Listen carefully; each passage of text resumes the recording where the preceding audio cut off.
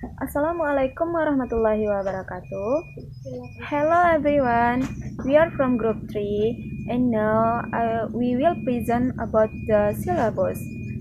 Before we present the material, I will introduce our members.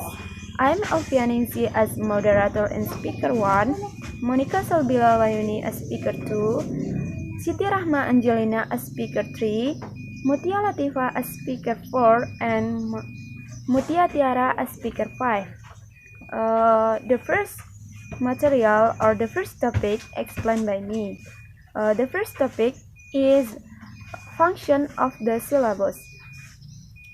Before I explain the function of syllabus, I will tell you about the definition of syllabus. The syllabus is a set of plans and arrangement for the implementation of learning and assessment which are arranged systematically which contain interrelated components to achieve mastery of basic competencies. Jadi, silabus itu merupakan seperangkat rencana serta pengaturan pelaksanaan pembelajaran dan penilaian yang disusun secara sistematis yang memuat komponen-komponen yang saling berkaitan untuk mencapai penguasaan kompetensi dasar. The next topic is the function of syllabus. The syllabus can be used as guide in preparing student books. Student books contain subject matter, student activities, and learning evaluation. The second, the syllabus is a reference in the preparation of learning plans for all subject students or management for learning activities and the development of learning outcome assessment. The third or the last, the result of development the syllabus in the form of learning tools serves as a tool for actualizing the curriculum operationally at the educational unit level, making it easier for teachers to do learning. Jadi, silabus itu berfungsi untuk dijadikan pedoman dalam penyusunan buku siswa. Buku siswa memuat tentang materi pembelajaran, aktivitas peserta didik, dan evaluasi pembelajaran. Yang kedua, silabus itu menjadi acuan dalam penyusunan rencana pembelajaran untuk semua kajian mata pembelajaran ataupun pengelolaan kegiatan pembelajaran dan pengembangan penilaian hasil pembelajaran. Dan yang terakhir, hasil pengembangan silabus dalam bentuk perangkat pembelajaran berfungsi sebagai alat untuk aktualisasi kurikulum secara operasional pada tingkat satuan pendidikan, sehingga memudahkan guru melakukan pembelajaran. I think enough the topic. So the next topic explained by Monica Salbila Wahyuni. To Monica Salbila Wahyuni, time is yours. Okay, my name is Monica Salbila Wahyuni. I will explain about development of the syllabus.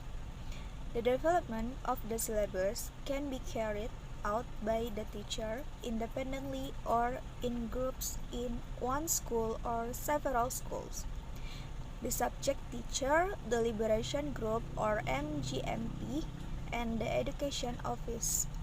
The principles for developing a syllabus are first, scientific. Scientific is the entire material and activities that are contained in the syllabus must be correct and can be scientifically accounted. 2. Relevant. The scope, depth, level of difficulty, and order of presentation of material in the syllabus according to the level of physical, intellectual, social, emotional, and spiritual development of student.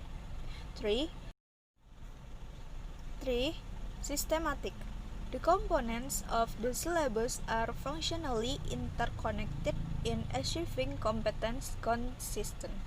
There is a consistent relationship between basic competencies, indicators, main material or learning activities, learning research, and assessment system.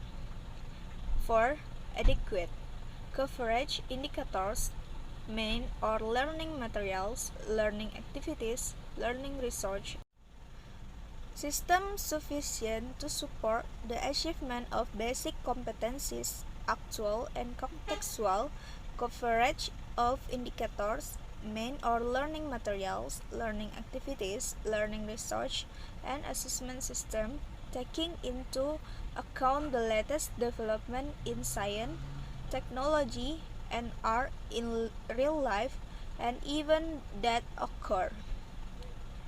Next, flexible. The entire syllabus component can accommodate the variety of learners. Education and dynamic of change that occur in school and community demands.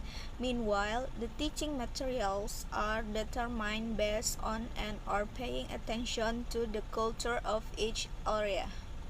Comprehensive. The components of the syllabus cover the entire domain of components, or cognitive, affective, and psychomotor. Next, component of syllabus. Some of the components that must be in the syllabus are as follows. First, subject identity.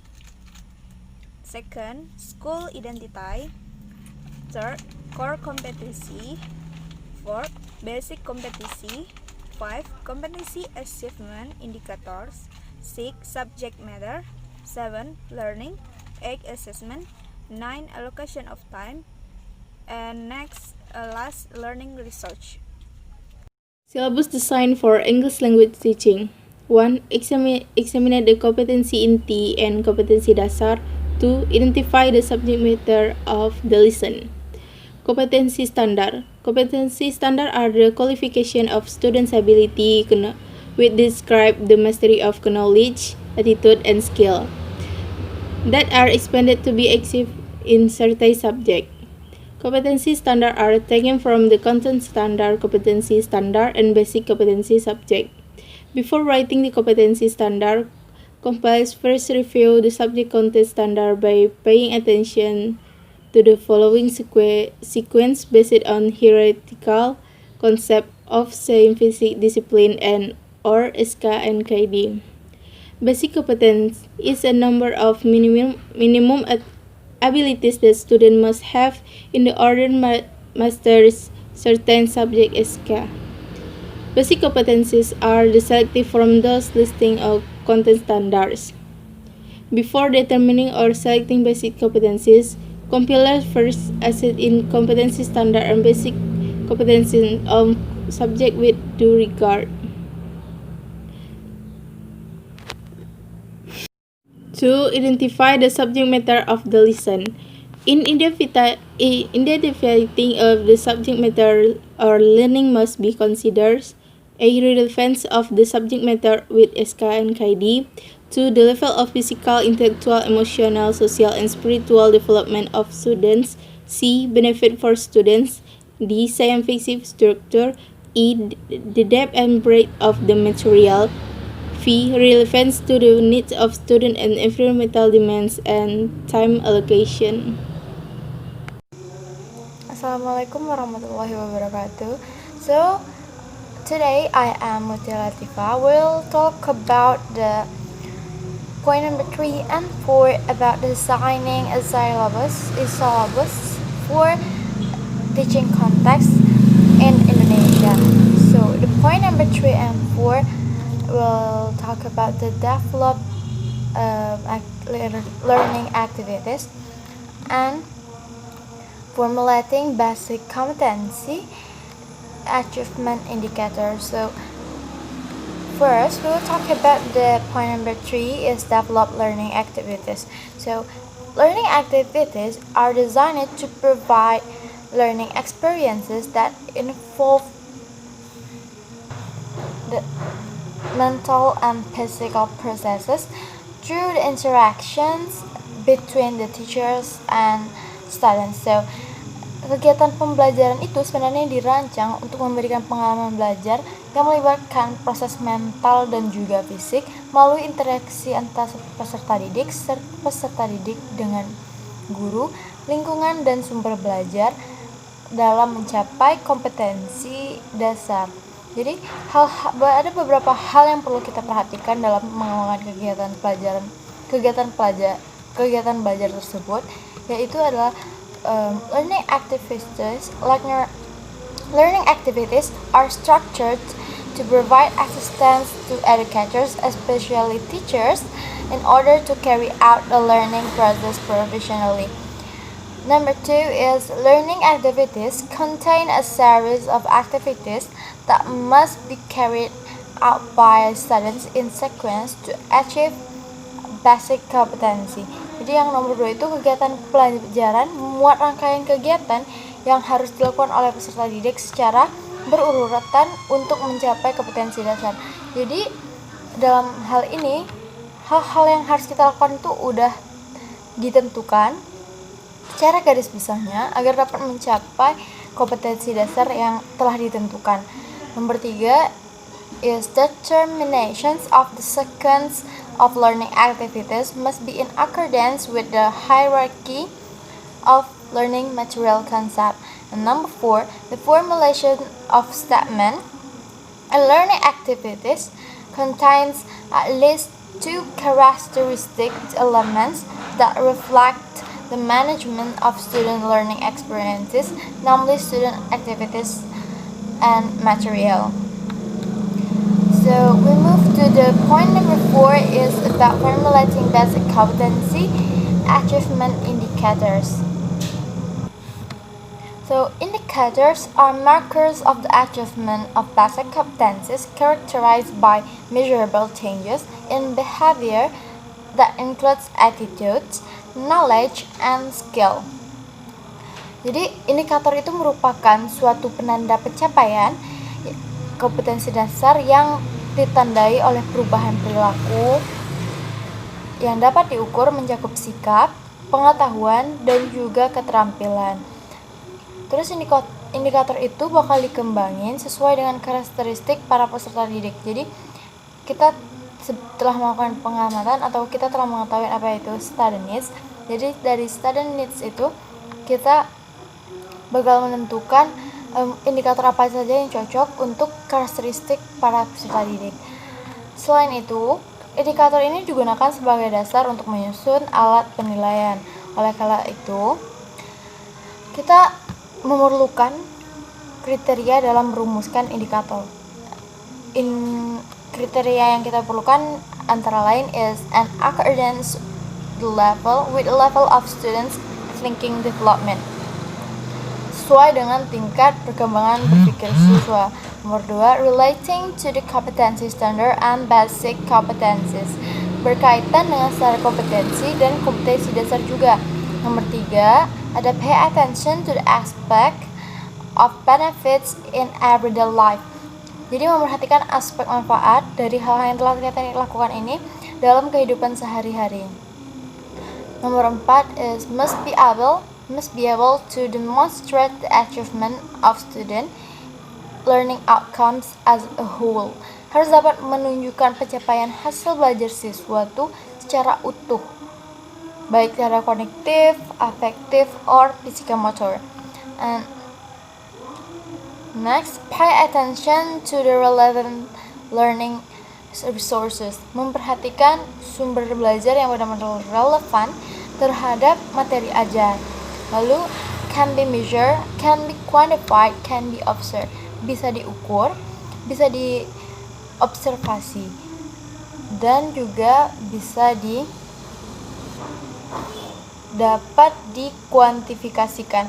And the last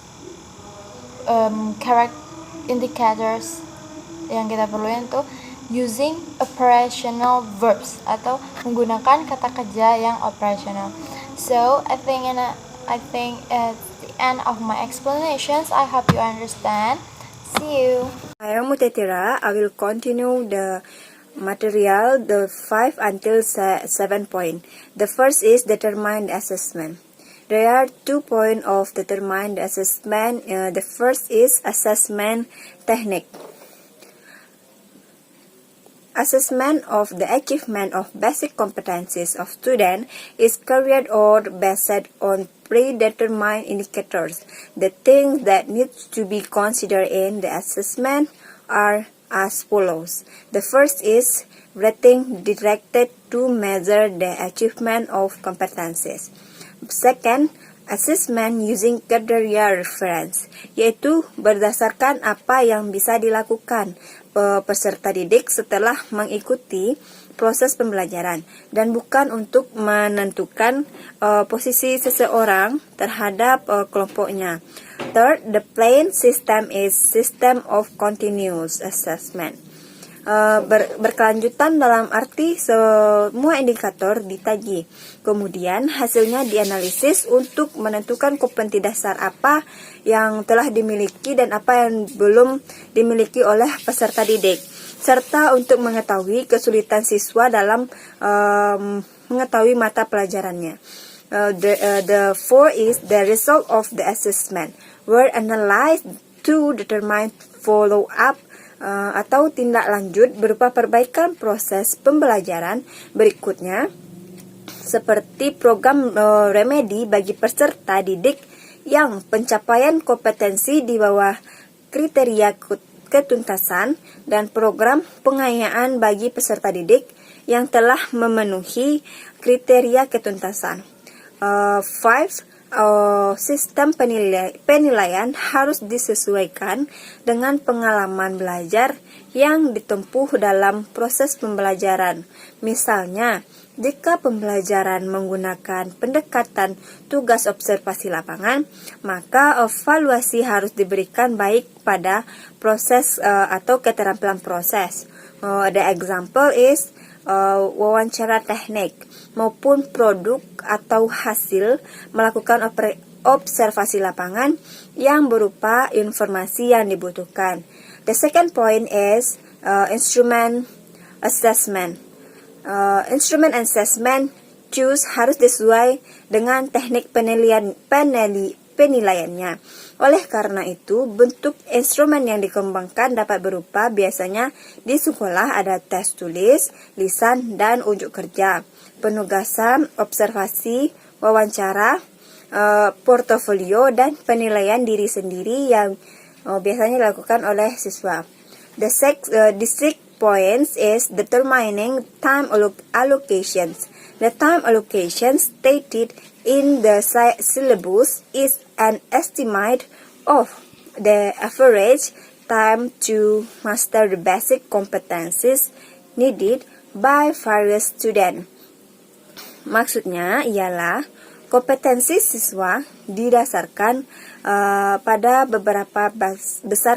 seberapa besar kemampuan siswa menguasai pelajaran diukur dengan keluasannya, kedalamannya, dan tingkat kesulitan dan juga tingkat kompetensi dasar dalam menguasai mata pelajaran atau materi yang telah diajarkan. 7 is determine learning research.